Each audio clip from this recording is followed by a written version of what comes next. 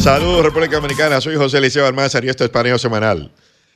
Dando, como siempre, en primer lugar, las gracias a Dios por permitirnos estar aquí con ustedes y a ustedes por concedernos el siempre grato e importante honor de escucharnos por esta Sol 106.5 FM, de vernos en YouTube, en nuestro canal Paneo Semanal y de seguir en nuestras redes sociales Paneo Semanal. Saludando, como cada sábado, a mi hermano y compañero Luis José Polanco. Muy buenos días, Eliseo, y muy buenos días a todos nuestros queridos y amables teleoyentes que nos dispensan el favor de su audiencia, como cada sábado, de 10 a 12 meridiano en este su programa Paneo Semanal.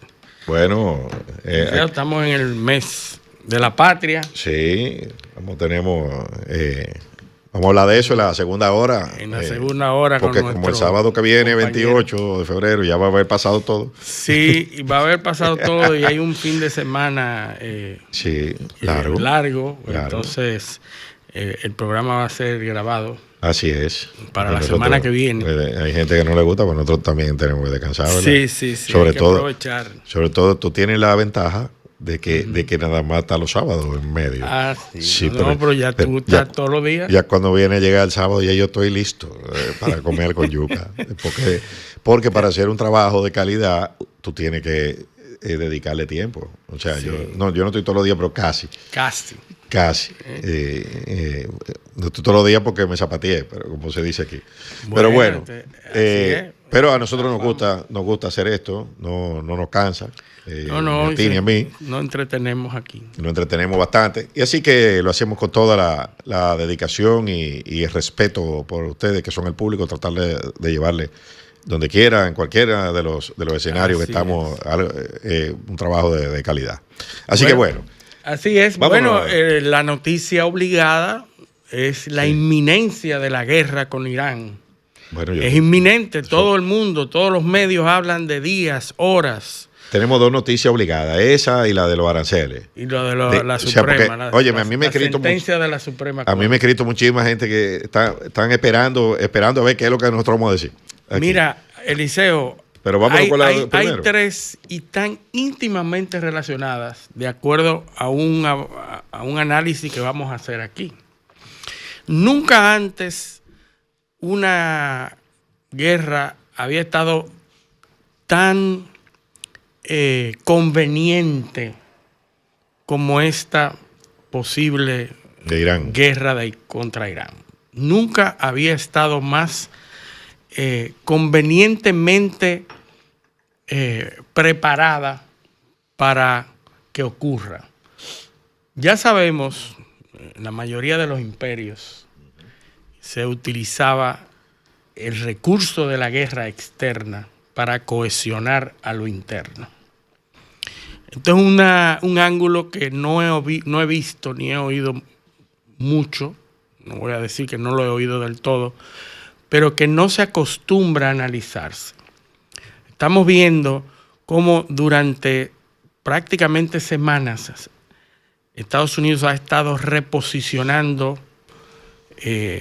naves militares, se ha estado preparando, mientras Estados Unidos está inmerso en negociaciones con la propio Irán, negociaciones con Rusia, negociaciones con China en una visita en abril. Está negociando en todas partes, pero junto y en paralelo con esas negociaciones se están preparando. Claro. Como si las negociaciones no fueran a funcionar. ¿Verdad? En esta semana estamos viendo cómo las naves, lo mencionamos la semana pasada, como naves importantes. Es el despliegue más importante de la Guerra del Golfo. Desde la Guerra del Golfo, de los 90, correcto. Sí. Así mismo es. Nunca antes los Estados Unidos habían movilizado tantas naves como lo está haciendo ahora. Y nunca antes las partes habían estado tan reticentes a una salida dialogada o diplomática. Bueno, eso hay que tenemos que poner unos asteriscos ahí, porque eso no necesariamente. Mira lo que pasa. Marco Rubio dijo en estos días que era muy difícil que negociar con Irán era muy difícil. Sí. Porque tú estás hablando con personas o sea, porque el gobierno está dividido como en dos, o el proceso, no el gobierno, no, el proceso de toma de decisiones sí. en Irán está dividido prácticamente en dos. Sí. Por un lado está el fundamentalismo religioso, que, que es la ideología que subyace que es el liderazgo, que es la cabeza en lo alto de la teocracia. Exacto, pero que también...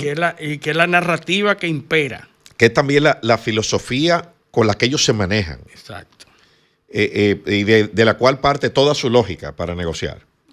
Y por otro lado están los asuntos de Estado y económicos, que son lo que en una mesa de negociación hay que poner en el tapete. Claro. Entonces tú tienes las dos corrientes ahí. Tú tienes sí. Entonces lo que dice Marco Rubio es que es muy difícil, porque parece que negocian algo con lo que manejan el Estado, con lo que maneja el gobierno, el tema, el contenido. Sí, con lo que maneja el gobierno. Sí. Y entonces lo que manejan el Estado dicen otra cosa. Sí. Dicen, no, espérate, sí, eso, pero esto va contra esta línea. Sí. Entonces ahí es donde dice Marco Rubio, es muy difícil dialogar. O sea, lo dijo como le salió en una rueda de prensa. Sí, porque lo que prevalece es el discurso y el espíritu de la teocracia que gobierna Israel. A Irán. Esa teocracia lo que ha dicho y siempre ha dicho, si hablan con nosotros, nosotros hablamos. Si no nos respetan, nosotros no respetamos. Porque es que también lo que está pidiendo, fíjate, ¿quién es que está negociando en Irán? Steve Witkoff. Sí. El hombre al que Trump manda a hacer negocio. Mira, vaya y póngase de acuerdo. Sí. Pero Steve Witkoff viene con una mentalidad occidental a hacer negocio. Y el régimen... Y esa no es la tónica de ellos. Y la tónica de lo que manejan el Estado, no el gobierno, no, el Estado, es otra. ¿Tú ves? Entonces, por eso es que eso se está dificultando tanto. Ahora, ¿cuáles son por qué es que está dando tanta brega eso? Porque lo que manejan el gobierno en Irán te pueden decir, sí, nosotros estamos de acuerdo a abandonar la retórica de que Israel no debe existir, sí. que ese es uno de los puntos que le están pidiendo. Sí, sí. Y los otros puntos, nosotros entregamos el uranio a Rusia, el uranio enriquecido que tenemos. Vamos a hacer una pausa de 3 años en el programa y dentro de 3 años vamos a enriquecer uranio hasta 3.62, creo que es. Hasta un límite X. Hay un punto que es un safe, punto X. Seguro. Sí, un punto seguro.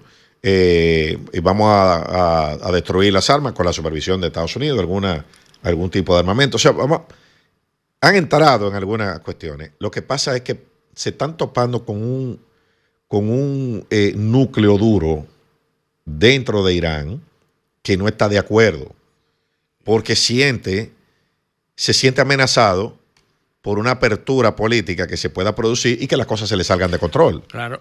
La retórica a lo interno de Irán debe continuar para poder enfrentar los problemas internos de Irán. Claro. Irán está pasando, nosotros hablamos de estas últimas protestas en diciembre que tambalearon prácticamente el gobierno y que surtieron ahí una cantidad de muertes.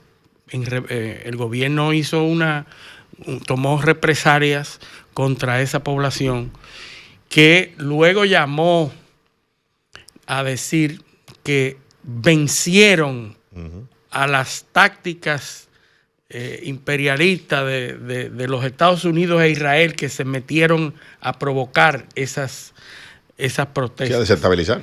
A desestabilizar. Dijeron, le hemos ganado a la CIA y al Mossad en su intento de desestabilizarnos internamente. Sin embargo, los apagones de Internet continúan y las represalias que hace el gobierno para que esos grupos ni siquiera se contacten ni se organicen.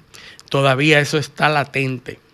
dentro de Irán. Recuerda algo. Aquí nadie está diciendo la verdad, ¿eh? No, claro, los medios, en una guerra, los medios son una de las armas más importantes. Aquí nadie está diciendo la verdad. La idea, para que no tomemos y tú bando. tienes que saber lo que tú lees en un medio versus lo que tú lees en el otro y debes sacar conclusiones.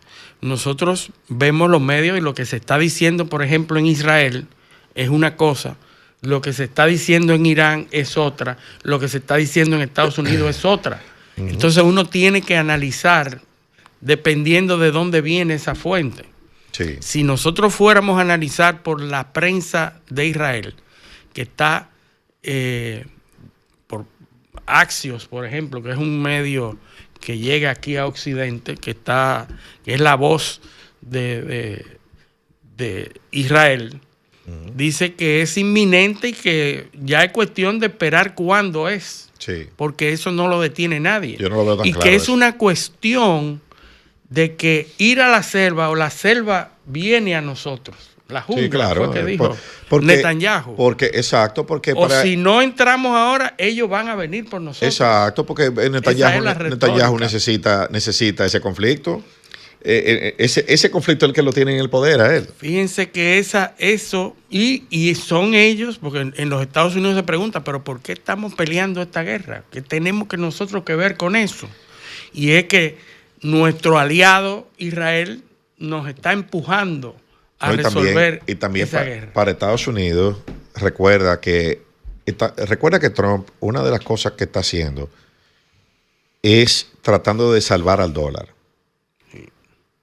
Bueno, los conflictos internos de los que hablamos. Trump sabe que una de las pocas armas o el arma principal que le queda a Estados Unidos para conservar la supremacía es el dólar. Claro, y la usó en Irán. Según declaraciones de Bessent, que dijo que en abril del año pasado iniciaron un proceso para desvalorizar al rial frente al dólar. Y no la usó en Argentina. También. Nada más diciendo, voy a poner voy a meter 20 mil millones de dólares allá y lo sacó después de las elecciones.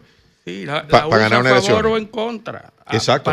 Para una cosa o para la otra. Pero viéndolo en un contexto más global, ¿qué era lo que Trump, el gobierno, Estados Unidos no podía permitir? Bueno, ¿qué es lo que está atacando Estados Unidos?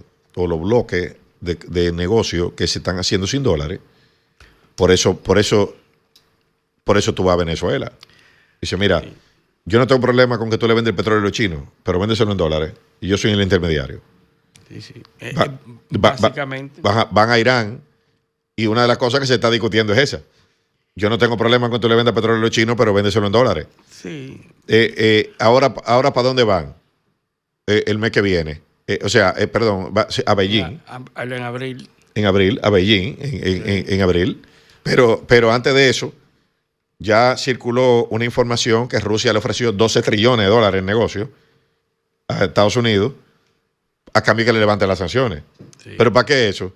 ¿En qué moneda van a transar? En dólares. En dólares. Correcto. O sea, esto es. Entonces. De eso se trata. Y todo esto se trata de eso. Está muy consciente de eso. Claro. Por eso yo decía que todos los temas que están en el tapete se relacionan íntimamente y no se relacionan porque se dan en un país o se dan en otro. Es porque uno puede ser la causa de otro. Claro.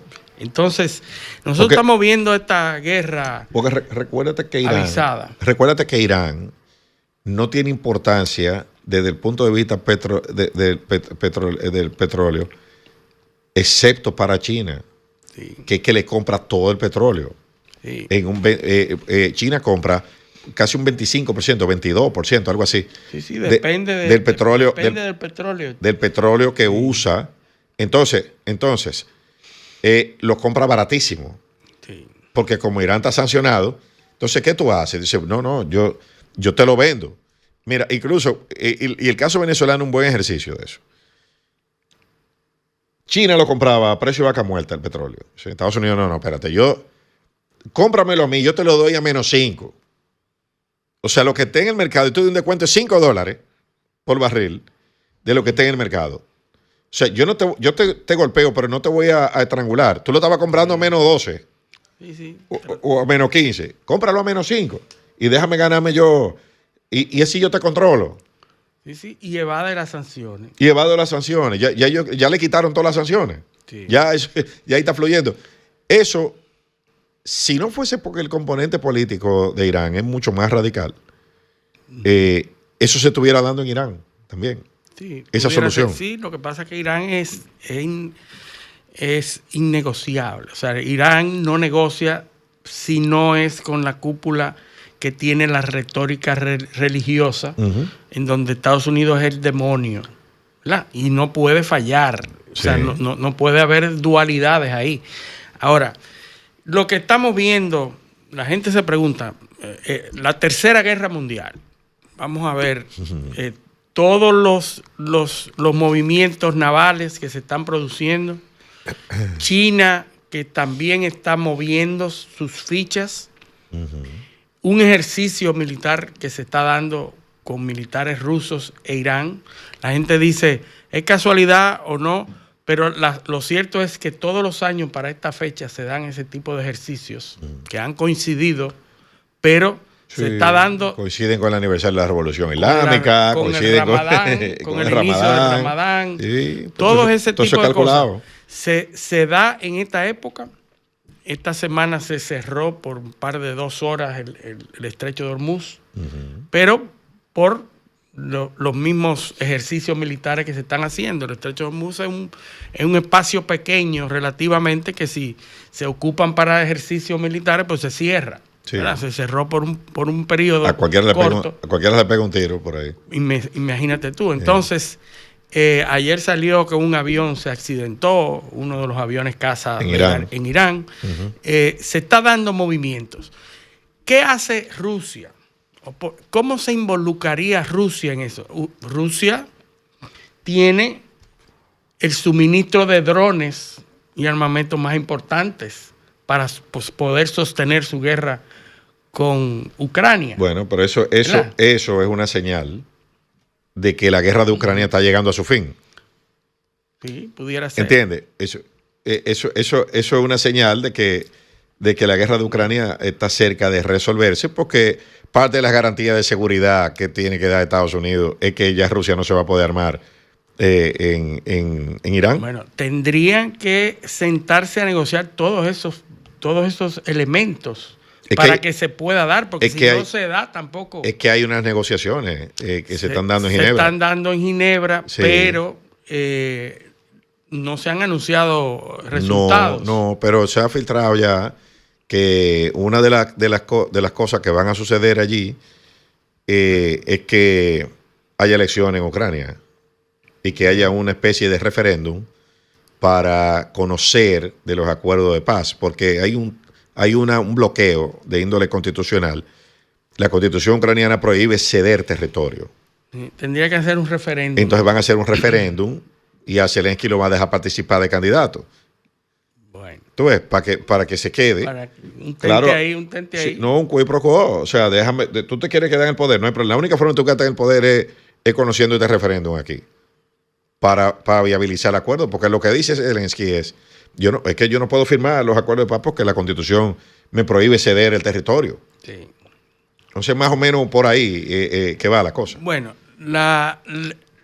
el escenario de guerra que se prepara y que todo el mundo está hablando hoy tiene varios factores, tiene elementos que van a posibilitar o impedir que ese conflicto se dé.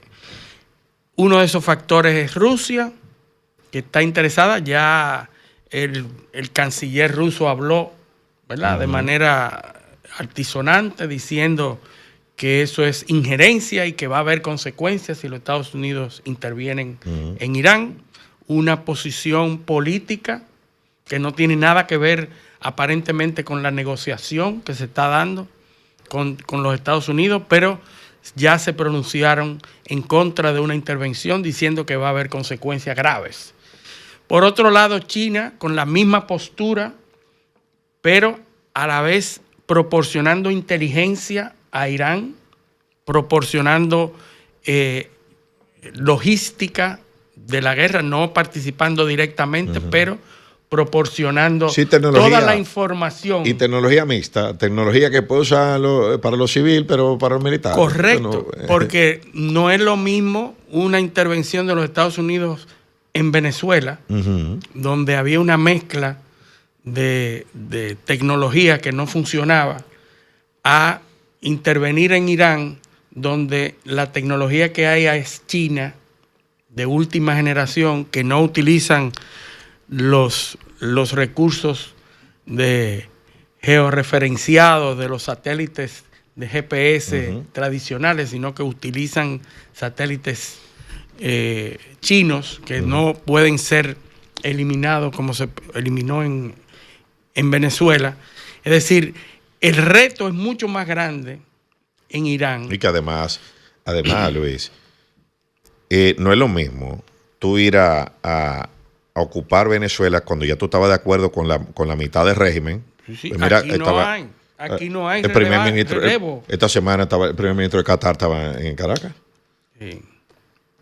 O sea, Bin Abdurrahman Al Thani estaba en Caracas. Hoy no queda duda de que eso fue negociado. Y por ahí pasó el jefe del Comando Sur. ¿Y quién estaba en la foto, en el video con él? Vladimir Padrino.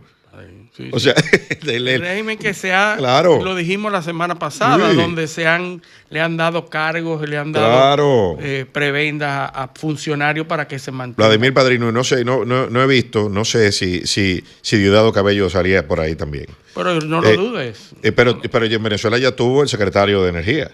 Sí. Y dijo que el que dijo que le había levantado el embargo al petrolero fue el secretario de Energía de Estados Unidos, que estaba allá.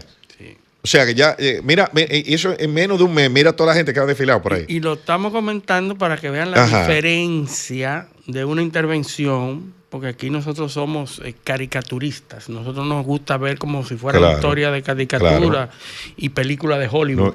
No, y la ley de... Pero no es lo mismo. Y la ley de amnistía que aprobaron ayer en Venezuela. Hay una amnistía, pero eso no incluye a los líderes de la oposición. O sea, María Corina Machado no puede llegar ahí, ni el Mundo Gonzalo Urrutia. O sea, una ley para liberar presos, pero ellos no están incluidos en esa ley. Sí, siempre que no le afecten los intereses de los que pero están claro, porque tú estás entendiendo con el poder lo tienen ellos, y ya Estados Unidos lo entendió. Ahora en Irán, ¿qué pasa? Que lo tiene alguien con quien tú no puedes hablar. No hay manera de hacerlo porque además no hay una oposición. Primero, no hay una oposición. Y segundo, no hay con quién hablar para que traicione a la cabeza. Exactamente, eso es. Entonces, por eso es que Trump habla de ataques precisos y de eliminación de algunos elementos del régimen. Sí. Porque lo han dicho abiertamente. O sea, que quizá ellos entienden que eliminando a la ayatollah Mira, ese bombardeo que se dio también después de la guerra de los 12 días, no queda duda de que fue anunciada y preparada. Y en esta ocasión no se puede. En esta ocasión Irán ha dicho que no. Es decir, la vez pasada, cuando se produjeron los bombardeos, fue una cuestión preparada, anunciada y decir, pues voy a hacer esto y esto. Prepárese. E Irán anunció, sí, ok, tú haces esto, yo hago esto y paramos eso y se acabó. Claro. Ahora la tónica es nada. No, y sin el apoyo entonces, porque la otra vez estaba el apoyo de los vecinos. Sí. De Qatar, de Omán, de los saudíes, pero ahora pautada. No queda duda, no estamos hablando de 100% seguro, pero lo más probable es que fuera pautada. Lo que está pasando... Sí, pactado, sí. Lo que pasaría ahora es muy diferente porque Irán ha dicho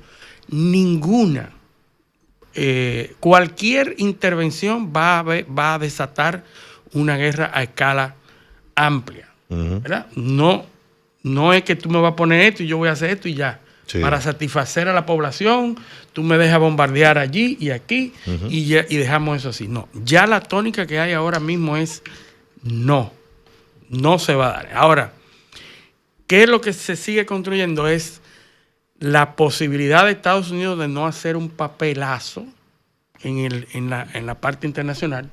Se sigue construyendo las capacidades de Estados Unidos de poder hacer una intervención que todavía están en papel, en el despacho de Donald Trump probablemente, para que Donald Trump decida cuáles son las opciones que tiene desde el punto de vista militar.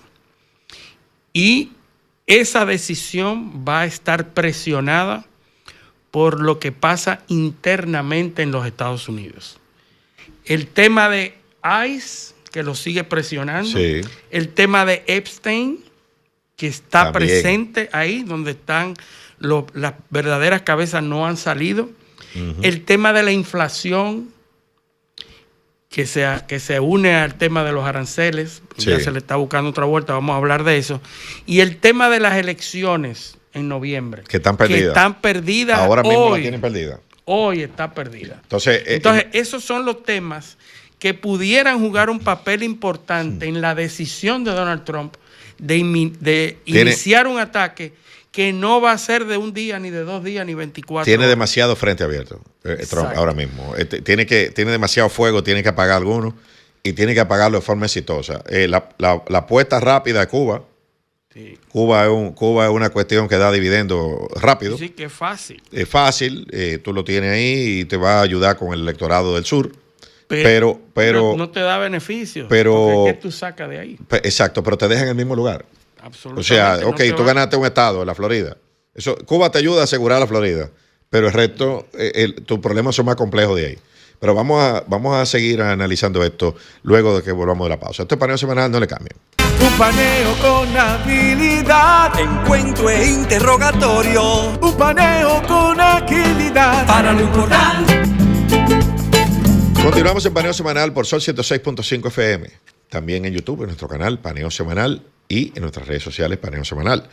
Entonces, Luis, seguimos hablando de Estados Unidos y ahora vamos a ver algunas implicaciones internas de lo que ha estado sucediendo, ¿no? A nivel mundial, ahora al patio de los Estados Unidos. Al patio, que tiene mucho que ver, y como dije antes, eso es lo que va a decidir la intervención o no. Antes que eso, nosotros vamos a hablar de los temas de Epstein y de los aranceles, de la sentencia de la Suprema, que tiene mucho que ver con esto. Pero a mí me preguntan, y han coincidido muchos de nuestros amigos en preguntarme, si Estados Unidos interviene en Irán militarmente, Rusia y China van a ir a defender Irán. Y yo le digo, no hay justificación válida dentro de los intereses de China y Rusia para intervenir de manera abierta.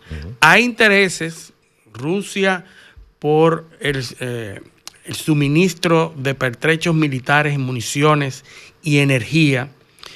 Y en el caso de China también energía, petróleo básicamente, y acuerdos que tienen. Pero ninguno de los dos países tienen acuerdo de defensa mutua. Es decir, no hay acuerdos como hay en otros bloques, que si me atacan yo defiendo y yo intervengo también, como los acuerdos de la OTAN, por ejemplo. Pero entre China e Irán no existen acuerdos de defensa mutua, ni entre Rusia y Irán tampoco. Lo que hay son intereses, y lo más probable es que intervengan de manera indirecta, aportando estratégicamente y logísticamente. Aportarían. Además, y eso es determinante, porque tampoco es irrelevante, no, es determinante, porque estas guerras son tecnológicas. Y el aporte de China en términos de tecnología, el aporte de Rusia y de logística es muy importante en un terreno de guerra. Además de que la intervención de hacerse serían ataques, o sea, Estados Unidos no va a poner tropas en tierra ahí. Sí, no, por lo que hemos explicado varias veces aquí. No, las características orográficas y geográficas de Irán. Lo primero es que Teherán está no hay lejos costa. De la costa. Lejos de la costa. Sí. Y separada, en Irán hay 3 cordilleras. Sí. O sea, eso es, y un desierto súper árido en el medio. Entonces, usted tendría que desembarcar allí tropas. Sería cruzar inútil, una cordillera o infiltrarla dentro de Irán en un desierto. O sea, sería inútil desembarcar ahí. Eso de cártel no de entrada. Ahí lo que habrá serán operaciones aéreas Probablemente deben ser quirúrgicas, claro, para que tengan efecto. A blancos específicos que no afecten los intereses rusos, puede ser. Correcto. O sea, mira, esta fábrica de drones no la desbarate, ni esto tampoco, Sí. ni aquí, desbarata esto y esto. O sea, hablado con los rusos, puede ser. Ahora, Irán tiene capacidad militar para hacer daño a los Estados Unidos. Sí, la gente sí, no entiende, sí. pero Irán tiene los suficientes pertrechos militares, los suficientes misiles como para producir un daño considerable, no para ganar, no para prevalecer, pero para hacer daño. Para resistir. Para resistir. Y en estos escenarios, esos daños son indeseables. No es que en una guerra... Porque el presidente no se va a meter para que le hundan Exacto. dos naves militares. Exacto. Ni para que cierren el estrecho de Hormuz. Para que cierren el estrecho. Para crear una crisis mundial. Para que Irán diga prevalecimos o ganamos o le Exacto, infligimos un daño a los exacto. Estados Unidos, sería una humillación. Entonces aquí tú lo que tienes que reducir el objetivo. Mira, yo lo que quiero es destruir tal cosa, como la vez anterior. Como la vez Lo que anterior. pasa es que eso es lo que se está dificultando. Claro, Como tú lo dijiste en el segmento anterior. La vez anterior, Fordow, Natanz, Sí. eso, vamos a desbaratar eso. Y salió otro. We have obliterated. O sea, Sí. acabamos con todo. Todo el mundo contento. Sí, ya. Todo el mundo. Mira, ustedes llegaron, dijimos que lo eliminamos completo y yo dije, no me hicieron daño. Exacto, Y ya se acabó la cuestión. Ambos salimos se bien. acabó, ganamos todo. Ahora eso es probablemente lo que se está dificultando. Entonces, hay que ver porque Trump tiene mucho juego en la mesa ahora mismo. Claro. Demasiado. Y a eso vamos con lo de los aranceles. Sí. Miren, ¿qué fue lo que pasó en la Suprema Corte de Justicia de Estados Unidos? Bueno, en Estados Unidos básicamente hay dos legislaciones, que es la legislación del 77, la IEEA, la que le permite a Estados Unidos... Que Trump la invocó por primera vez en la para historia. poder justificar ese Claro. tipo de aranceles, que es una capacidad del Senado, igual que aquí. Así es. Es decir, la capacidad de los Estados Unidos de imponer un arancel Lo o que no pasa es está que- en el Senado. Lo que pasa es que la ley no habla de impuestos, dice controlar, dice En el regulate. caso de esa ley que invocó Trump para Ajá. justificar el famoso Día de la Liberación. Exactamente, dice control and regulate. Sí. Entonces, ¿qué pasa? Que hay otra legislación anterior, Sí, del que 74. la ley de expansión de comercio, Sí. donde se permite hacer eso, porque sí habla de impuestos, Sí. pero Limita.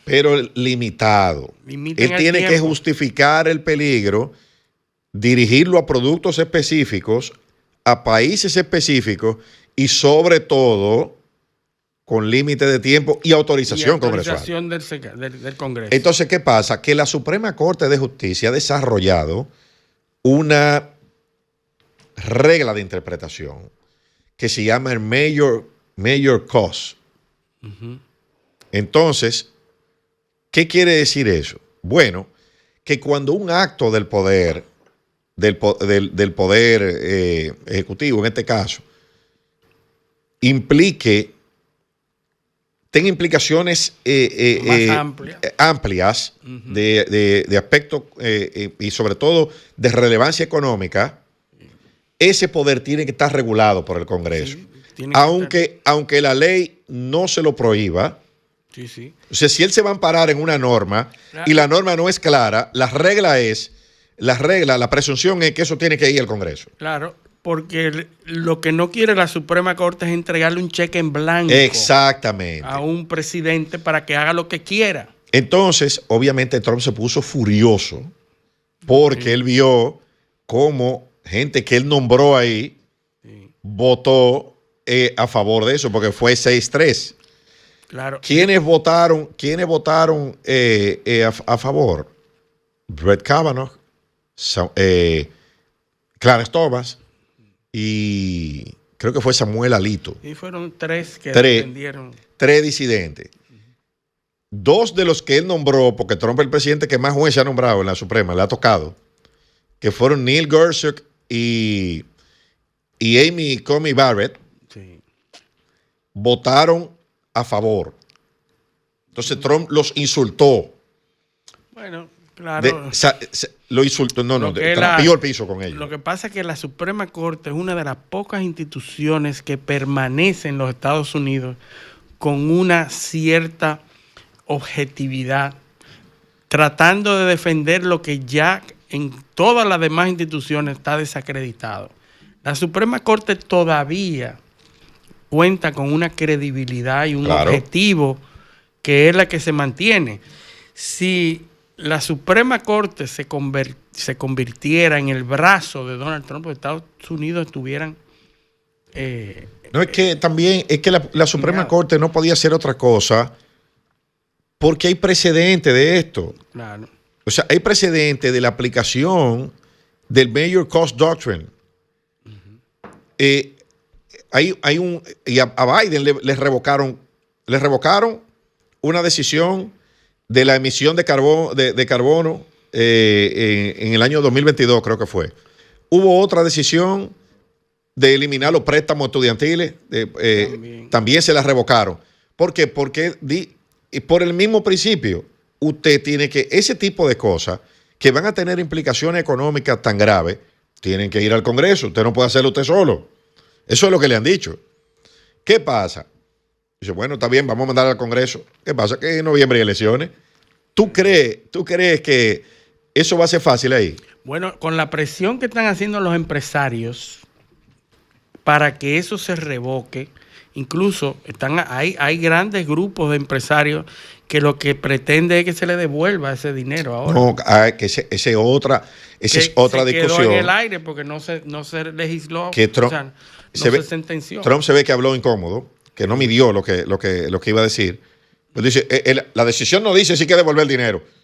Sí. ¿Entiendes? El tarajo ese. No, la sentencia no contiene el efecto posterior a esa sentencia. No, ahora eso va. Ahora. Lo que pasa es que lo deja ilegal ese impuesto. Claro. Y después de una ilegalidad pueden venir.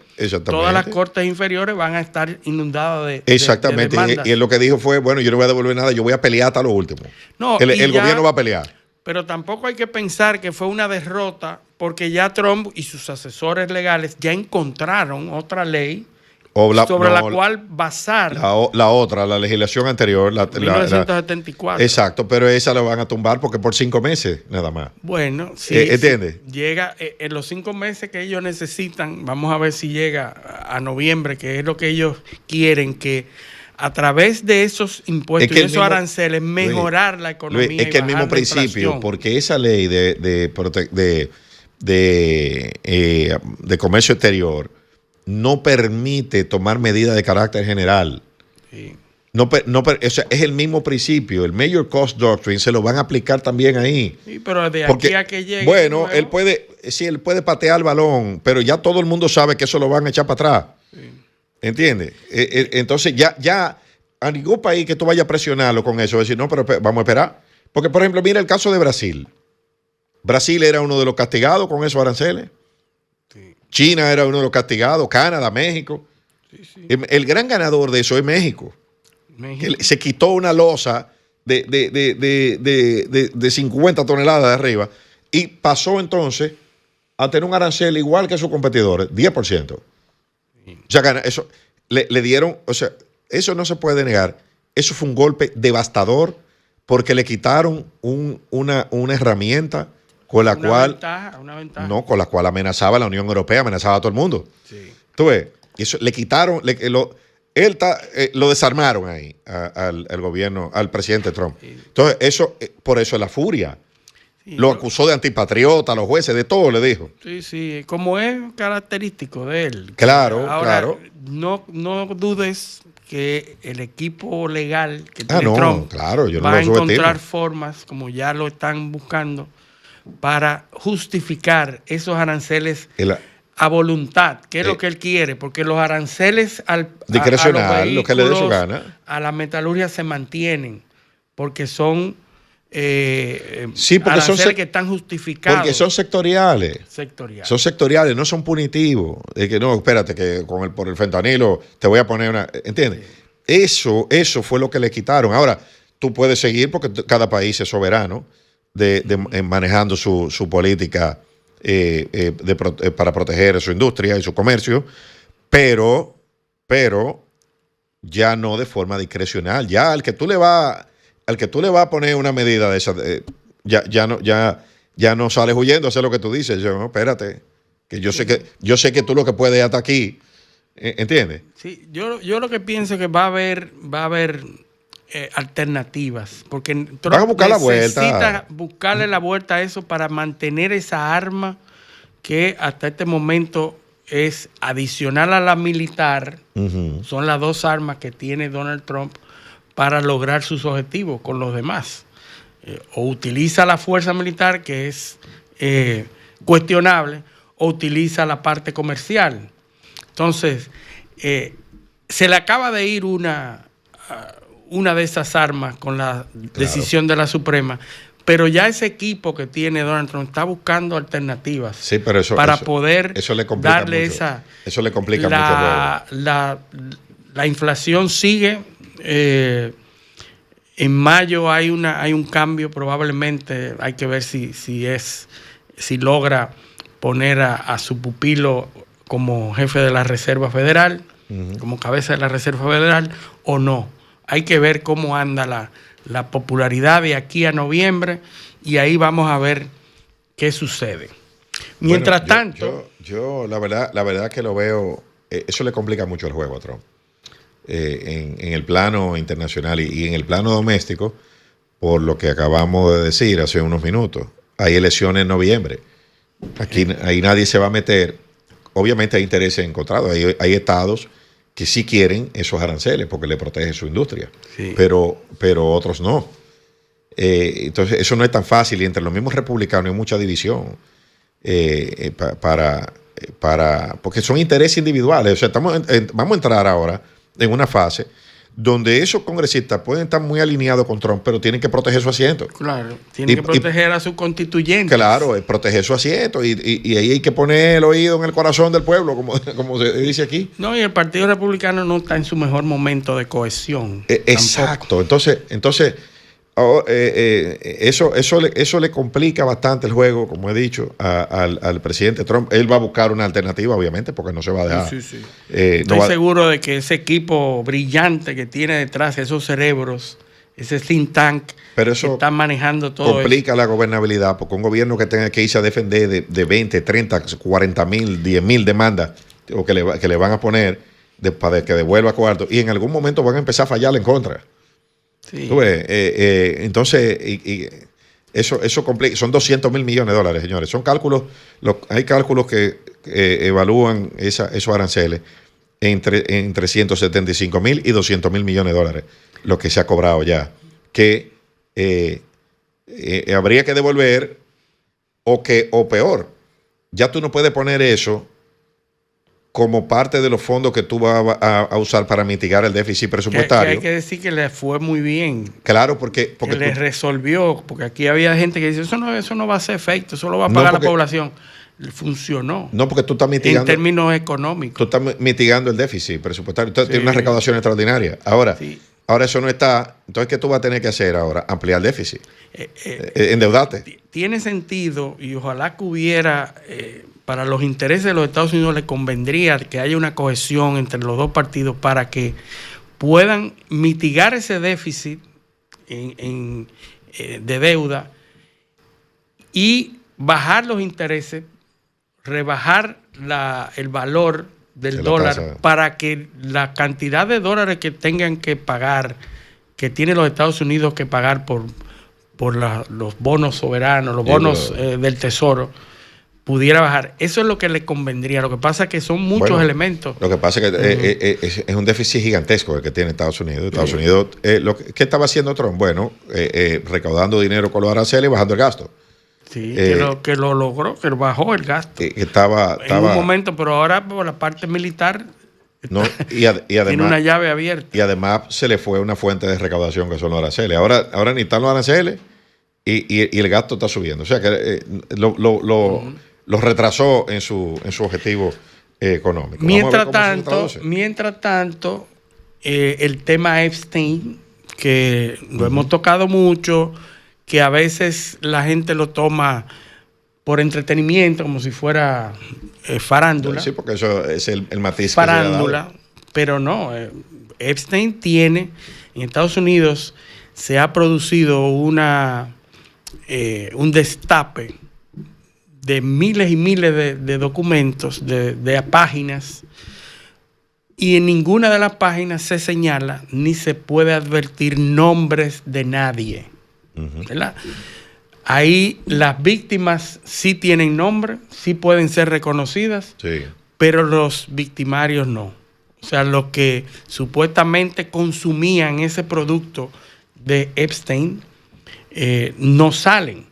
Ya uno de los pocos que ya sucumbió por su papel y por su participación en las actividades de Epstein era el príncipe Andrews. Sí. El príncipe Andrews, que tiene un número en la escala de sucesión, que no lo ha perdido todavía. Ajá. Se supone que si se muere, creo que era 5 o 6 en la escala de sucesión. Imagínate, eso nada más que se caiga un avión con todo esto.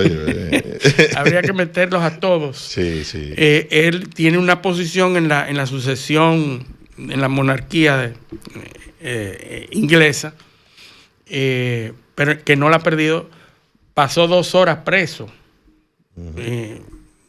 Lo apresaron y eso fue una noticia internacional.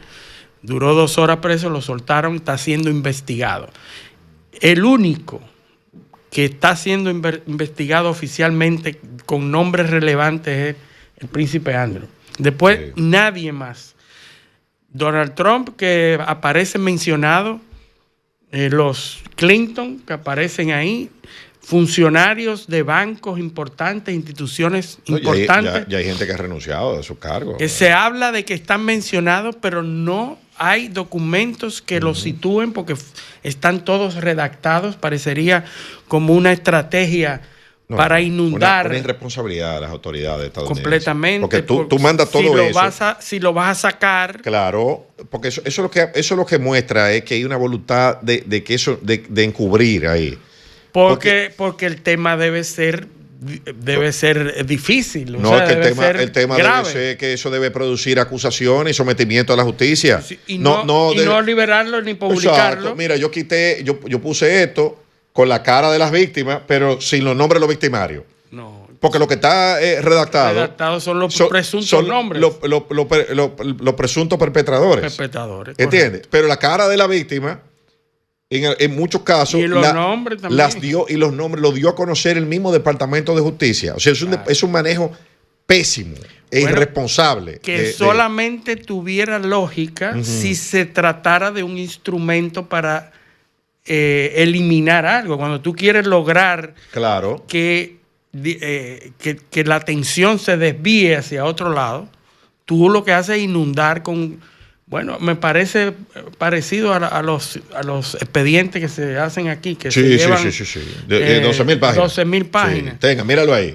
Ustedes tienen 1 millón de archivos y correo, todo tipo, porque eso lo hacía, y ese era el poder que tenía Epstein. Por eso a mí no me cuadra mucho el cuento de que él se quitó la vida. Para nada. Para mí lo eliminaron. Pero vamos a hablar de eso ahora. ¿A qué se parece esa operación, sabiendo todos los componentes que estaban ahí envueltos? Parece una operación clásica de Honey Pot, los Romeo Spies, por ejemplo. Una operación de la KGB entre los 50 y los 60, en donde las agencias de espionaje contrataban prostitutas para lograr la atención de agentes especiales y a través de esas actividades grabarlas y sacar la información. Sí, extorsionar. Extorsión, que es muy común. Y durante la historia desde Cleopatra, ¿verdad? Desde cuando Cleopatra, estamos viendo ese mismo patrón que a través de el sexpionaje, el espionaje a través del sexo. se ha producido y se ha utilizado para eso. La KGB lo utilizó. En Moscú se utilizó también en operaciones soviéticas, los famosos honey traps, que es atraerte a través del sexo y de entonces extorsionarte y sacarte información. Hay un caso del Mossad con un agente, con un experto nuclear, el Vanunu, apellido Vanunu, que en el 1980, los 80, 86, declaró a la prensa italiana los secretos de las instalaciones nucleares de Israel. A una famosa revista le declaró todas esas operaciones que en ese momento eran secretas, súper secretas. Todavía desde el 62 hasta hoy, todavía no sabemos si los israelíes tienen instalaciones nucleares y tienen bombas nucleares. Pues en el 86... Ahí tampoco puede entrar nadie a impresionar nada. No. En el 86, un experto, un profesional, un técnico israelí escapó hacia Italia y en una entrevista a una famosa revista le declaró todas las informaciones sobre las instalaciones nucleares de Irán, de Israel, y lo dio a conocer. ¿Y qué hizo el Mossad? Bueno, que designó a una agente, Lucy, una joven voluptuosa, despampanante, que se enamoraba de él en Italia. Esta lo drogó y se lo llevó a Israel, donde fue juzgado por traición, ¿verdad? Entonces, ese tipo de operaciones se da y se ha dado durante toda la historia. Ahora ¿para quién trabajaba? Entonces, ¿para quién trabajaba Jeffrey Epstein? Bueno, al Mossad. El padre de su compañera era un reconocido funcionario israelí. Ah, bueno, está por ahí. Entonces la gente supone que si hay alguna agencia de inteligencia detrás de esas operaciones, está más cerca de Israel que de cualquier otra. Es que está muy raro eso, que organicen todo ese tipo de cosas y que él grabe todo. No, y que lleve un récord. Que lleve un récord. Ese se parece a los narcoleyes, la narcolibreta con la que condenaron a Juan Orlando Hernández y a su hermano. Y la libreta del chofer argentino. Y todo lo iba llevando. ¿Y te acuerdas del caso de corrupción en Argentina? Que el chofer de uno de los funcionarios tenía una libreta, un cuaderno. Todo lo tenía. Los cuadernos y que él anotaba todo lo que le daban a todo el mundo. Y con eso hicieron un juicio. Bueno, o sea que esto se me parece muchísimo. Tiene todos los colores para que sea una operación. Ojo, yo no estoy negando que pasó, que se cometieron los actos ahí. No, ni estamos afirmando que eso era una operación de Mossad tampoco. No, ni los actos contra la ley, los cuales nosotros condenamos. Completamente, claro. Contra esas jóvenes que fueron víctimas. Ahora, eso está como muy armado, es lo que digo. No, parecería ser una operación organizada, estructurada, y fíjate que tenía no solamente políticos de renombre que nosotros conocemos, empresarios, pero banqueros importantes. Por eso, ninguno de los personajes que vemos le resultaba difícil asistir a una de esas fiestas, a uno de esos encuentros, porque el tipo era de la alta sociedad y del sector empresarial era muy conocido. De manera que no era secreto lo que él hacía, lo hacía, y él mismo era funcionario de una institución financiera. Claro, pero reitero, o sea, aquí obviamente hubo una trama y el manejo, los hechos son malos, pero el manejo que le ha dado el Departamento de Justicia de Estados Unidos ha sido mucho peor. Sí. Porque todos los reflectores están que si Trump estaba ahí, que si no estaba ahí, mire, eso es lo de menos. ¿Quién estaba mencionado y quién no? Eso es irrelevante. No es que eso es irrelevante, es el manejo, es que usted agarró todos esos documentos, los mantuvo escondidos ahí, Porque eso no es de ahora que lo tiene el departamento, eso es de la administración anterior que viene. Sí, de cuando usted, Biden usted lo mantuvo escondido ahí, el sistema de justicia norteamericano lo mantuvo escondido, y por la presión mediática lo que hacen es soltarlo, pero sin acusar a nadie, porque ¿con quién estaban esas jóvenes ahí? Eso no se sabe. No se sabe. ¿Por qué? Porque eso está redactado. Lo único que ha sido expuesto es la cara y los nombres de ellas. Bueno, no lo sabemos nosotros como público. Bueno, está redactado. Pero nosotros nada más sabemos lo que están publicados. En el Departamento de Justicia sí lo sabe. Sí lo sabe. Y no ha llamado a nadie. No ha llamado a nadie, ni ha interrogado a nadie, ni ha metido preso a nadie. Eso ha quedado impune en Estados Unidos. En el sistema de justicia que se precia de ser uno de los más de los que más funcionan en el mundo. Eso es tan grave que la administración anterior tampoco lo hizo. Pero tú entonces, imagínate tú la cantidad de personas implicadas y de gran peso que hace que ninguna administración, ni la anterior ni la de ahora, puedan liberar esos nombres. Tú te fijas que volvemos al mismo razonamiento de siempre, que cuando yo dije eso me quisieron matar aquí, que el derecho penal es para castigar pobres. Míralo ahí. Con los ricos es diferente. Exactamente. Míralo ahí. Y eso en Estados Unidos, que supuestamente las cosas funcionan. Míralo ahí, otra vez. Todos esos que están ahí son ricos. Ninguno pisó un tribunal. A ninguno lo han llamado. Tú no has visto a nadie preso. Ya eso lo redujeron en 2 personas. Uno de ellos ya no está en este mundo. Y la otra, en cualquier momento, le da un indulto. O sabrá Dios dónde. Está negociándose un indulto. Y sabrá Dios dónde está cumpliendo esa señora esa pena. Que no duden ustedes que ella esté en un sitio con todos los power. Sí, que esté cómoda. Que esté cómoda. Obviamente, nadie para eso está bien. Pero yo no creo que ella tenga una prisión en donde ponen a un cualquiera. Con toda la información que esa señora tiene. No, Ghislaine Maxwell. Ghislaine Maxwell, exacto. Entonces, que vean, eso, otra vez, los sistemas penales son para castigar pobres e indeseables. Cuando la sociedad declara a alguien indeseable. Para que no se piense que era en este país nada más. Exacto, sino porque eso es un tema mundial. ¿Para qué son los sistemas? Para castigar pobres e indeseables. Los pobres no son deseables en ningún lado. Bueno, vamos a ir... lamentablemente, eso no es lo que yo no estoy de acuerdo con eso. No. Totalmente en desacuerdo. Claro, pero esa es la realidad. Porque no nos vamos a beneficiar de eso. Esa es la realidad. Esa es la realidad. No, claro, no podemos estar perjudicar. Porque si nos declaran indeseable a ti y a mí un día, no van a entrar con todo. Eso ahí no vale ley, ahí no vale proceso, ahí no vale nada. A usted le van a dar por la cabeza. Bueno, vamos a tomar una cuanta llamada porque tenemos ya al invitado, está haciendo swing. Invitado no, a nuestro compañero de aquí, pero está en el círculo de espera haciendo swing, estirando y haciendo calistenia para correr las bases.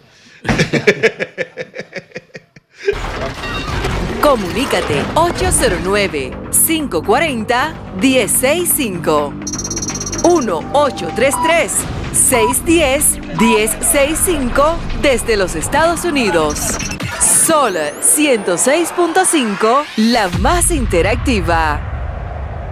Estuvo en la isla, dice.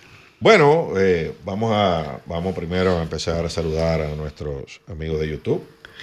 MRD Trucking, Vladimir Agramonte, no falla Vladimir, fijo. Pedro Virgo, tu amigo Luis, Joe Batts, Pinina, María Elia Almanzar, tampoco falla. Eladio de la Rosa, la Altagracia, Johnny Arrendel. Johnny Arrendel debe ser uno de nuestros fans principales. Déjame tomar esta llamada para seguir con el YouTube. Se fue. Buenos días, ¿quién nos llama y de dónde? Buenas, te llamo de Santiago, el licenciado Arnaldo Sánchez Brea. Y vengo a recordar 2 cosas. Sí. El problema venezolano que ha tomado un nuevo giro con esta ley, que algunos creen que es de amnistía, pero realmente es un proceso selectivo y expresa más que nada que la política que está llevando Trump de mostrar que tiene control, no tiene control total de ese proceso.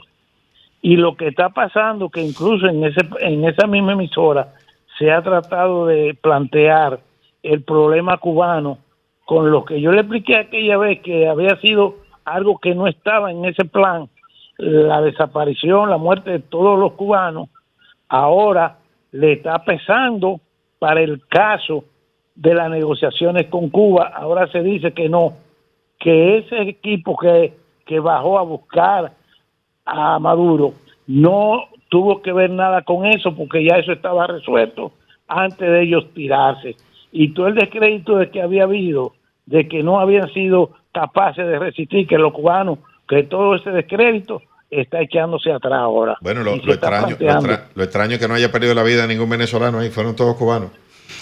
Correcto. Sí.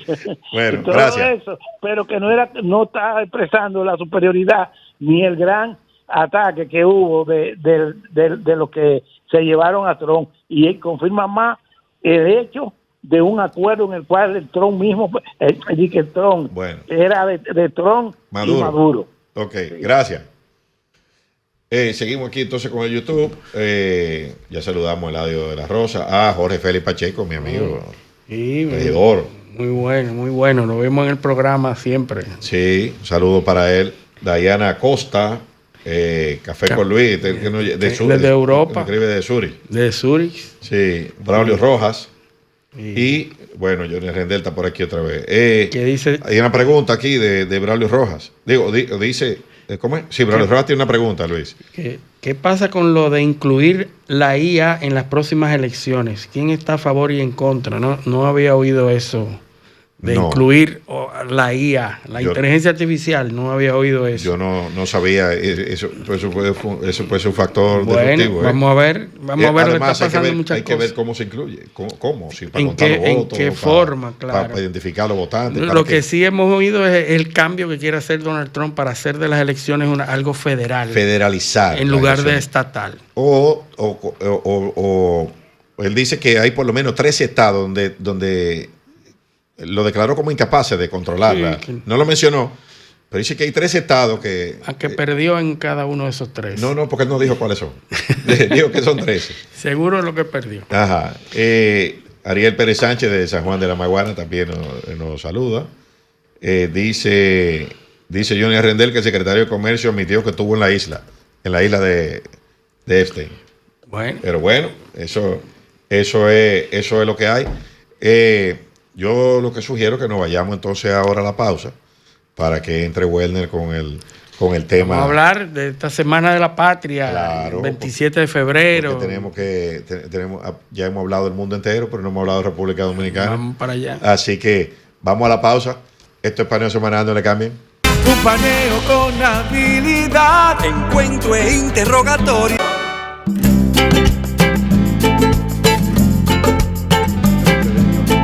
Continuamos en Paneo Semanal por Sol 106.5 FM. También en YouTube, en nuestro canal Paneo Semanal, y en nuestras redes sociales Paneo Semanal. Aquí está Werner. La echábamos de menos ya a Werner, que tiene unas cuantas semanas que no participaba, pero es bueno que está aquí con nosotros, Werner. En la semana, en el mes de la patria. Werner está aquí.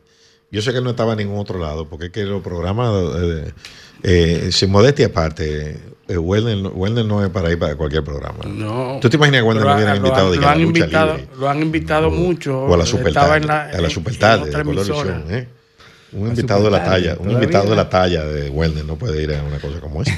Bueno, Werner, bienvenido. Bienvenido, Werner. Los espacios. Tu programa, vamos a hablar de la patria, uno de los expertos más importantes, miembro de la Academia de Historia, y conocedor, varios libros, autor de varios libros de historia, que por ahí viene otro que ya nos dijo que viene por ahí, la segunda edición de uno de sus famosos libros. Bienvenido. Corregido y ampliado. Sí, pero empieza Werner por decir cuál es el libro. Ya Luis vino con la primicia. Claro, el libro Nación y Restauración en el Suroeste, que fue ganador del Premio Anual de Historia José Gabriel García en el año 2022, aunque es el correspondiente al 2021. Le hemos hecho una revisión, una ampliación con nuevos documentos, detalles, que vienen, ¿verdad?, a enriquecer mucho los procesos. ¿Sabes qué? Uno de los detalles que vamos a agregar acá y que se conoce muy poco, por cierto, en la historia dominicana, es durante los primeros meses de la dominación española en la isla en 1861, se habla poco de cómo reaccionó el pueblo haitiano a la presión militar o naval de España, cuando, ¿verdad?, se traslada a la rada de Puerto Príncipe a amenazar con buques de guerra a los haitianos. Ahí traemos diríamos, un diario de una persona que fue narrando lo que sucedió allí. ¿Por qué es importante? Por la reacción. O sea, es a partir de la reacción popular que el gobierno haitiano tiene finalmente que ceder, porque lo iban a bombardear. Son detalles interesantes que pueden ayudar a comprender un poco más los procesos y que pudiera justificar también un deseo de anexión. Claro. Porque sí, nos defendieron frente a... no, y que ocultos después nos defendieron y tuvieron que pagar una indemnización por su apoyo, por el apoyo por los haitianos tuvieron que hacerlo. 1861. Son detalles que, bueno, vienen a contribuir un poco con el conocimiento de la historia dominicana y, ¿por qué no?, de ese apoyo que después de la guerra de independencia se sucedieron. Pero nada, gracias, mi apreciado Eliseo, por la bienvenida. Ciertamente teníamos unas cuantas semanas que no veníamos a nuestro programa. Yo digo nuestro. Claro, que sí. claro, que es suyo también. Sí, pero que durante unos días, durante un buen tiempo, tuvimos la presencia de José del Castillo. Sí. Pichardo. Sí, porque Pichardo, el otro José del Castillo está difícil. Está difícil. Bueno, pero bueno, hablemos. Estamos en el mes de la patria. Empezamos, creo que la última vez que viniste hablamos sobre el tema del 16 de enero. Si hablábamos un poquito del manifiesto del 16 de enero. Ahora viene la consecuencia lógica de ese manifiesto, que es la independencia. Comienza allí vamos a decir, la manifestación de los ideales, de los objetivos del movimiento. La justificación. Y después entonces viene la materialización del movimiento, que es la independencia. Sí. Vamos a ver el ambiente de ese momento. ¿Cuál era del 16 de enero al 27 de febrero? ¿Qué pasó? Porque hay no sabemos qué pasó entre una cosa y otra. Claro, vamos a explicarlo, pero antes de explicarlo, usted sabe que yo siempre, al momento de hablar, trato de decir algo dentro del contexto. Tú dijiste algo fuera del tema histórico, dijiste algo ahí que voy a aprovechar para lanzar un reto. Dijiste que estamos en el mes de la patria. Esto realmente es diríamos, una celebración que no se sustenta, o sea, no tiene un instrumento jurídico detrás que lo justifique. Eso es marketing. Es marketing. Sí. O sea, no hay una legislación que determine a febrero como wow, pero no estamos desayunando. No. En la creación de la Comisión Permanente de Efemérides Patrias se mencionó esa frase. Porque en los considerandos, pero los considerandos no son leyes. No son leyes. Entonces, ni normativa. En el Congreso hace un tiempo que cursa esta fecha, pero ha habido un problema, que han querido llevarlo del 26 de enero al 9 de marzo para cubrir la batalla. El nacimiento de Mella. Pero que ya esto no es un mes. No, ya eso es una temporada. Ya eso es una temporada. La temporada de la patria. Es como la Navidad, que empieza en octubre. Claro, entonces, si bien es cierto que lo merece, pero hay que ceder. Y creo que hay que institucionalizarlo, porque si se logra diríamos, llevarlo al elemento jurídico, pueden fluir mejor los recursos, ¿verdad? Las participaciones, las obligaciones más colectivas. Bueno, repetimos, no tenemos un instrumento jurídico que lo establezca expresamente como el mes de la patria. Qué curioso, porque yo juraba que eso estaba instituido ya formalmente como que tenía una base jurídica. No lo tiene. O normativa. Lamentablemente. Está en los corazones. Pero no en los corazones. Se ha ido popularizando y se celebra el mes de la patria, pero no tenemos un instrumento así que lo determine y que lo asegure para la posteridad. Ojalá que se pueda en algún momento de la Claro. vida. Vamos a trabajar en la vida eso. institucional del país se pueda regular eso. No, vamos a trabajar en eso porque me toca por el Congreso, ¿verdad? Entonces, Werner, Hablemos de del eso. 16 de enero al 27 de febrero. Descríbeme un poco el ambiente, qué sucedió, qué pasaba. Mira, el 16 de enero, como bien hemos ya analizado, se firma el manifiesto. Ujú. Wow, manifiesto. Hoy lo vemos como sencillo, ¿verdad? Pero el manifiesto es el acta de nacimiento de un Claro, Estado. el acta fundacional del Estado Dominicano es esa. Y allí contiene el dossier, ¿verdad? Las explicaciones de agravios, pero también las declaraciones básicas que le vieron a dar forma. Una de ellas es la proscripción de la esclavitud, Exacto. fundamental en el contexto, fundamental porque teníamos detrás toda una propaganda en la cual se estaba, diríamos, relacionando el proceso independentista con la esclavitud, a partir de que muchos de los que los dirigían eran blancos citadinos. Una pregunta, hay mucha discusión de quién abolió la esclavitud aquí. ¿Haití cuando nos ocupó? Sí. ¿O Porque es una narrativa Haití. que se defiende. 1822 Haití. Sí, Haití? Sí, Haití. Hay una Exacto. narrativa que dice, nosotros no ocupamos la parte No, este pero- de la isla, sino que fuimos a liberarla. Eso es A liberar algo a los que esclavos. a liberar a los esclavos. Ajá. O sea, Mira, es un tema. Sí. Vamos a tener que estar un poquito atrás. Sí, dale. Porque es un tema, es una cuestión, es un debate y es importantísimo aquí. un relato que se ha mantenido a nivel Claro. internacional. Ok, entonces voy a agotar para echar para atrás. Sí, dale. Entonces, el manifiesto 16 de enero, como acta fundacional, no solamente contiene el dossier de agravios, este elemento básico, sino también cómo iba a organizarse el Estado, en principio. Incluso allí hay una declaración de derechos. Derecho a la libertad, ¿verdad? A la expresión. Hay una serie de derechos que están consagrados allí. Inspirado en la Declaración de los Derechos del Hombre. Sí, y también en las experiencias inmediatas, que es la Constitución haitiana Ujú. y otras constituciones que se conocieron. Porque al contrario de lo que se puede decir, en el 1844 los dominicanos tenían una dilatada experiencia republicana, muy larga. Desde el comienzo del siglo hasta ese momento, habíamos vivido varios momentos y varias influencias que ya comenzaban a delinear la intención republicana del país. ¿Cuál era el problema? La debilidad de los grupos. Los que controlaban la economía eran los grupos que eran propensos, ¿verdad?, a mantener el sistema monárquico o la presencia de potencias extranjeras que nos controlaran, que eran los ateros y los madereros. Los comerciantes eran los menos.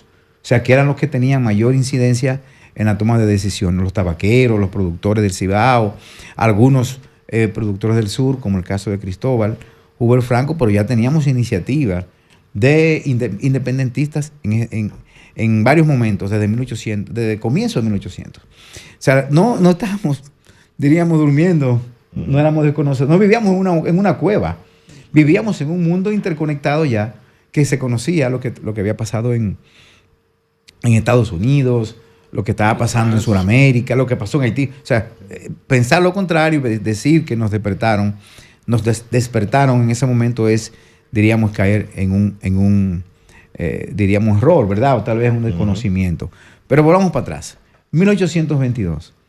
¿Fue una invasión o no fue una invasión? ¿Qué sucedió? Entonces, esa es la pregunta, ¿verdad? Más o menos por allí vamos. Correcto. El propio manifiesto te lo dice. Separación. No solamente separación, dice, nosotros que nos unimos como amigos. Ajá. Oh. Ok. O sea que en 1844 declaramos que nos unimos como amigos en el amigos. 1822. Exacto. Sí, Y por eso habla de separación. de separación. Porque nos unimos y nos separamos. Nos unimos. ¿Entiendes? O sea, no fue que no fue una independencia. Desde el punto de vista de la palabra no se utilizó, pero desde el punto de vista del concepto y del accionar sí lo fue. Sí. Ahora, desde el punto de vista de lo que se planteó ahí, lo que es separación tuvo su razón. Y el mismo manifiesto lo dice, yo no voy más allá.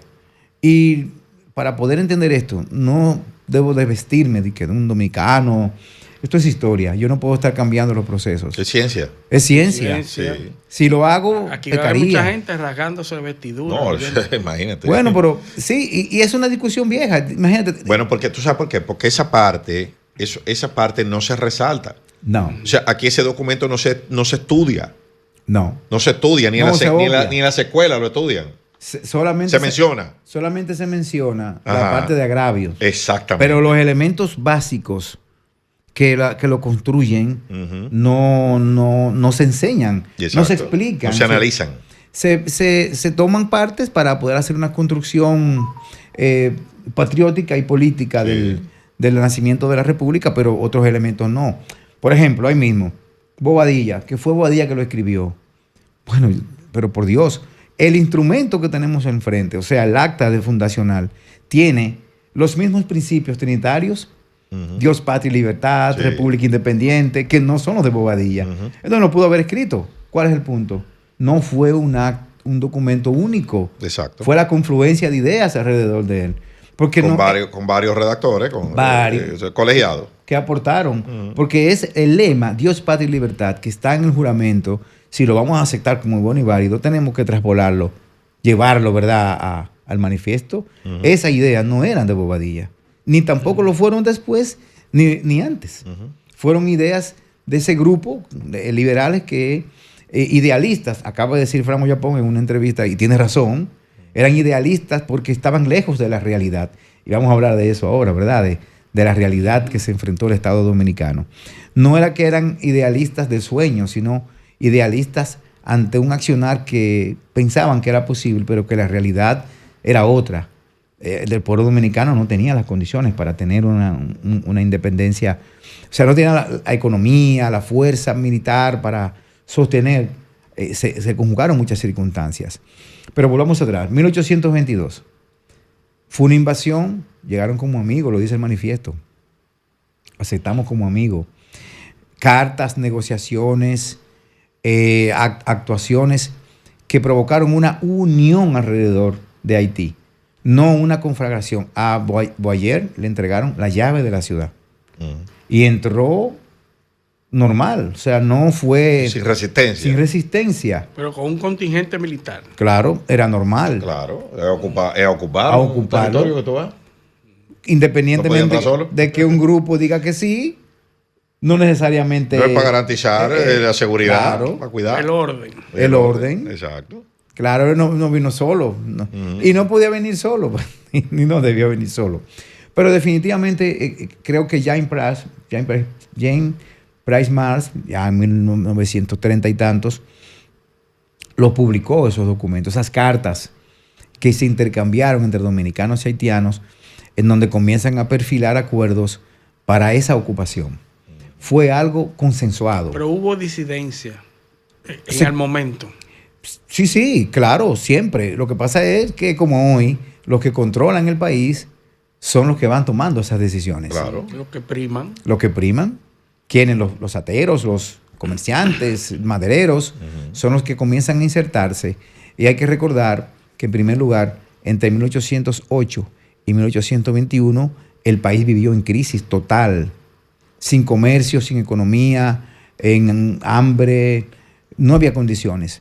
1821 se produce la independencia. O sea que cuando ellos entran, esto no era un paraíso, no fue las condiciones sociales no eran las más idóneas. No. Y está demostrado que con la llegada de los haitianos, lo primero que se formaliza es precisamente la liberación, la declaratoria de liberación de los esclavos. La proscripción total de la esclavitud. Pero bueno, eso hubo consenso también. En eso hubo consenso. Claro, porque no es que los dominicanos se oponían a la liberación de los esclavos y los haitianos vinieron a liberar a los esclavos, sino que hubo un consenso de que eso tenía que terminar ahí. Sí, básicamente. ¿Se pueden señalar aportes en esa ocupación que se puedan decir aportes de esa ocupación o de esa unión? Aportes a la República Dominicana o al territorio dominicano. Oh, wow, ¿desde qué punto de vista? El punto de vista económico, Sí. por ejemplo. Mira, en primer lugar, los dominicanos, no los dominicanos, la economía dominicana se restableció, que estaba en baja. Precisamente aumentaron las exportaciones de maderas, Ok. que vino de la mano con un reconocimiento de ciertas propiedades del suroeste principalmente, que le dieron a los madereros, ¿verdad? Ciertos manejos de la madera. Las estadísticas están ahí. Roberto Marte publicó un libro sobre estadísticas del siglo XIX en la que explica cómo aumentaron estas estadísticas económicas. Las tiene Roberto Casá. Eso está publicado. Tomás Madiú también las trae. Hubo una muy buena división de la propiedad y una alta producción. En 1840, precisamente, se hizo un censo. Él lo trae a colación José Gabriel García, en la que describe cómo estaban divididas las principales comunes del país. Y ahí narra tantos actos, tanta producción. O sea, en ese momento, desde el punto de vista económico, no era que estábamos, diríamos, en su totalidad tan mal. Ahora, ¿qué sucedió? Los impuestos aumentaron, el tema del control aduanero, que de alguna manera encarecía las exportaciones y las importaciones por el modelo que tenía Haití, de que tenía en cada puerto un administrador que tenía que pagar adicional. Además, los pagos de impuestos eran en Puerto Príncipe, lo que encarecía este proceso. Por eso vemos que los que pagan la independencia dominicana son extranjeros. Uh-huh. Los que aportan son los comerciantes sefardíes, judíos sefardíes, que traficaban como productos. Traficar es no tráfico, sino comercializar. Exacto. Y durante esa ocupación se mantuvo la identidad de este lado de la isla. Por eso somos dominicanos hoy. Se mantuvo. Claro. Y otra cosa, el punto más importante de esa presencia es el escenario de la libertad. Antes de 1821, para poder acceder una persona a un cargo público, tenía que hacer una limpieza de sangre. ¿Qué significa eso? Antes. Ni judío, ni negro, ni moro.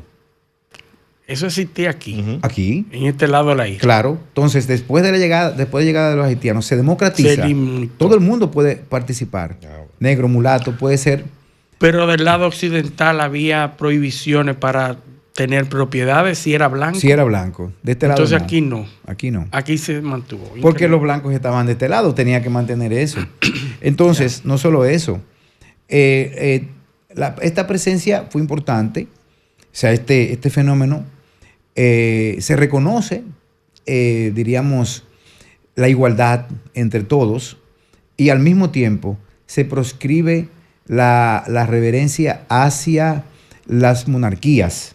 Uh-huh. O sea, todos los signos monárquicos se destruyen. Por eso hoy vemos que permanecen pocos en los monumentos sellos heráldicos en los monumentos coloniales. Se eliminaron. Porque fueron destruidos en la catedral se eliminó el escudo que estaba al frente. No era que un asunto de ignorancia, no. Es que era una acción que estaba dirigido a proscribir, o sea, eliminar cualquier influencia que tuviese de parte de la monarquía. Obviamente, algunas cosas también se dieron. Algunas actuaciones, por ejemplo, el servicio militar obligatorio, la obligatoriedad de trabajar. ¿Y la relación con la iglesia? ¿Cómo se dio? La relación con la iglesia es que los haitianos no intervinieron con la iglesia. Lo que sí hicieron fue aperturar la libertad de cultos. Uh-huh. Y fue con los haitianos que llegaron por primera vez las iglesias las iglesias protestantes que se instalaron en Samaná y en Puerto Plata, que todavía existen, por cierto. Sí, claro, que son símbolos de la cultura.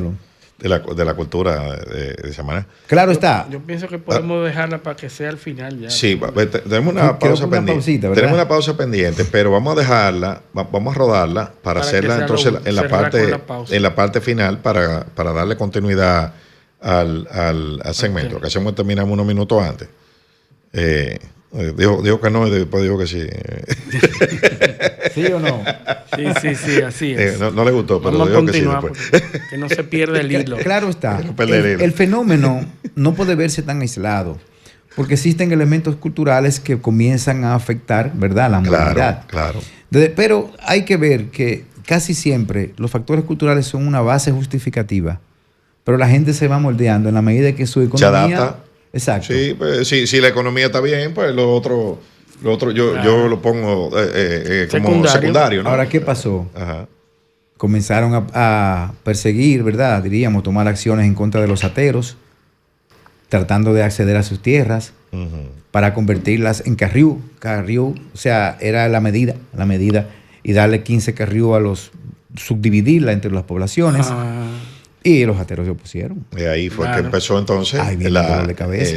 Exacto. Claro, los comerciantes que se ven afectados por aumentos de la... La vice era más sensible del hombre del bolsillo. Claro. Por ahí fue que empezó, el movimiento empezó ahí. Tema económico. Tema económico.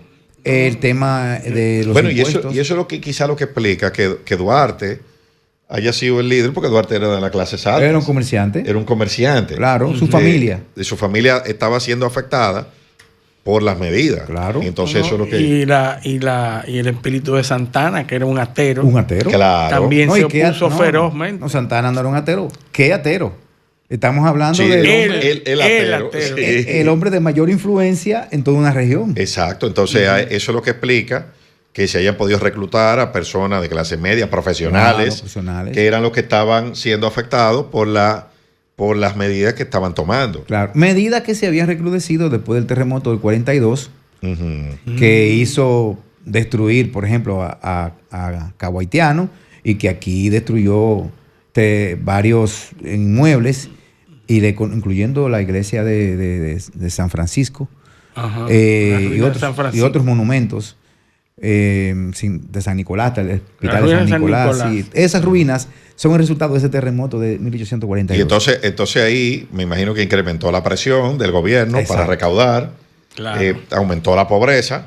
Y ahí viene también... Y entonces eso, el malestar. El bendito pago del impuesto, el reconocimiento de la independencia. Que le impuso Francia. El pago que le impone Francia a Haití. Entonces comienzan a presionar a nosotros para recaudar. Para que también se pague desde acá. Exactamente. Entonces, obviamente, comienza la presión. Entonces, los tabaqueros del Cibao se estaban viendo afectados porque se estaba convirtiendo en una monopolización de la producción tabaquera.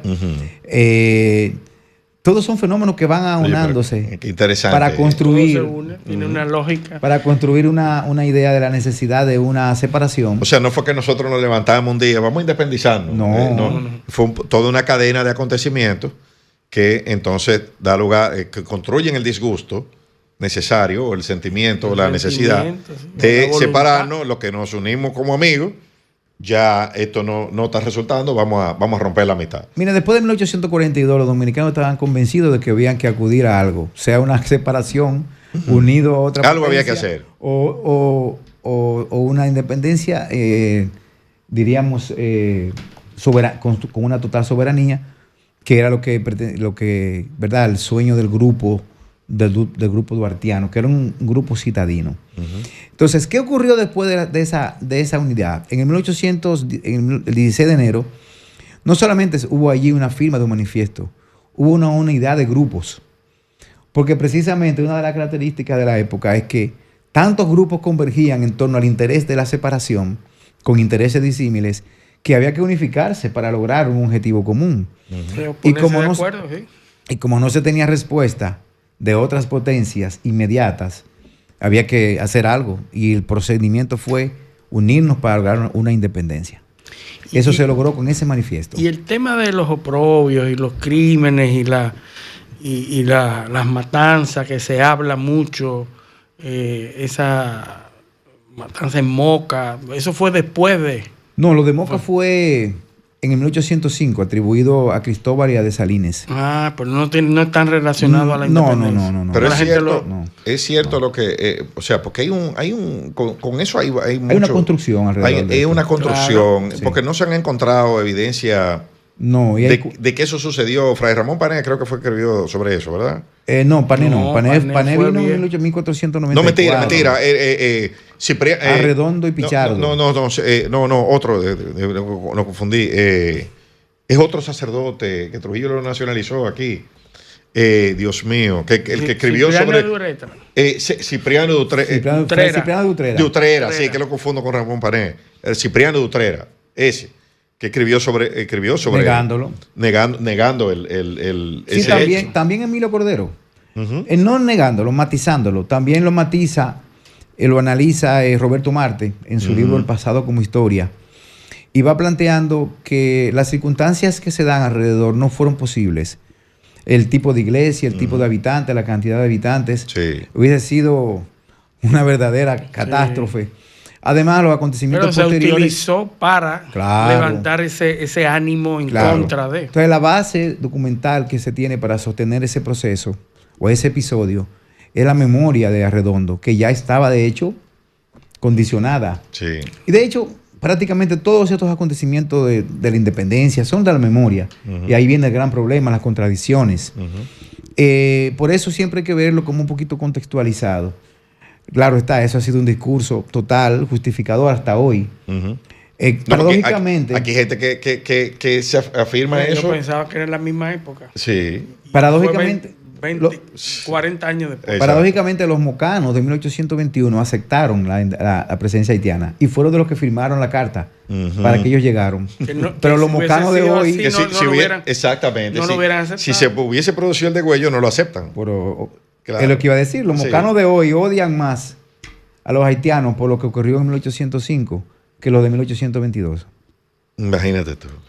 O sea, es para que tengamos una idea. Paradoja, una paradoja. Igual que la muerte de María Trinidad Sánchez. Porque supuestamente lo de Moca se dio en varias localidades, que supuestamente se dio en Santiago también. Moca y Santiago, pero también los santiagueros lo hicieron. Los santiagueros firmaron en 1821. Claro. O sea, fueron de los que participaron en estas cosas. No todos, algunos. Claro. Eso sucede con María Trinidad Sánchez, que se le atribuye su muerte a Santana. No fue Santana, fue un consejo de guerra. Pero poco después, su sobrino, Sánchez, fue parte del gobierno de Santana. Sí, claro. Y hoy la mayoría de la gente que no fueron familia de ella, pues odian a Santana por la muerte de María Trinidad Sánchez. Eso se debe a la construcción histórica y al discurso histórico que hemos vivido. Pero la lógica y el análisis historiográfico no prima en estos procesos. Ni lo puede hacer. No, la emoción. La emoción biológica. Son primicias que se están dando aquí. Aquí, había oído eso. Claro, aquí se están dando datos importantes. Lo que pasa es que, imagínate,